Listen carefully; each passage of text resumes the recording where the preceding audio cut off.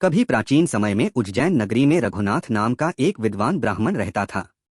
वह शास्त्रों का ज्ञाता था, किंतु जीवन की भागदौड़ में उसने एक महत्वपूर्ण परंपरा को नजरअंदाज कर दिया, अपने पितरों का श्राद्ध और तर्पण।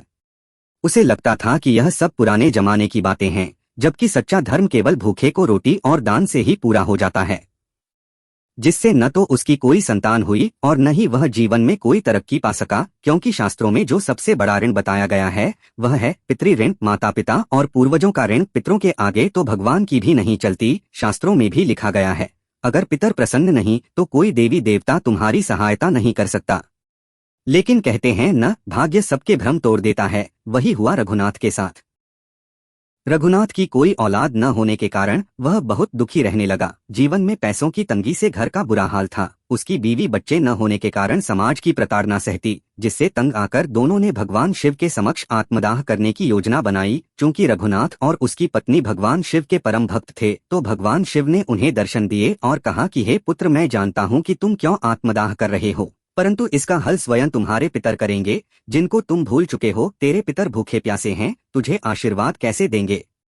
वह पितृलोक में दर दर भटक रहे हैं। जा तू अपने पितरों का तर्पण कर और फिर वो तुझे आशीर्वाद देंगे। जिसके बाद सारी स्थिति भगवान शिव ने रघुनाथ को दिखाई, जिसमें उसने अपने पिता और दादा को देखा। उनकी आंखों में करुणा और चेहरों पर तृष्णा थी।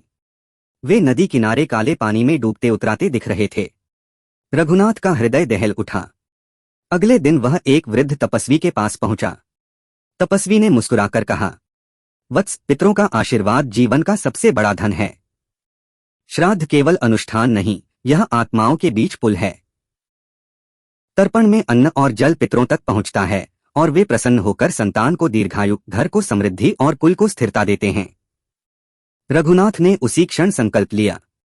उसने पवित्र नदी के तट पर स्नान किया, कुशा से आसन बनाया, तिल मिश्रित जल से तर्पण किया और श्रद्धा से मंत्रोच्चारण करते हुए अपने पितरों का आह्वान किया।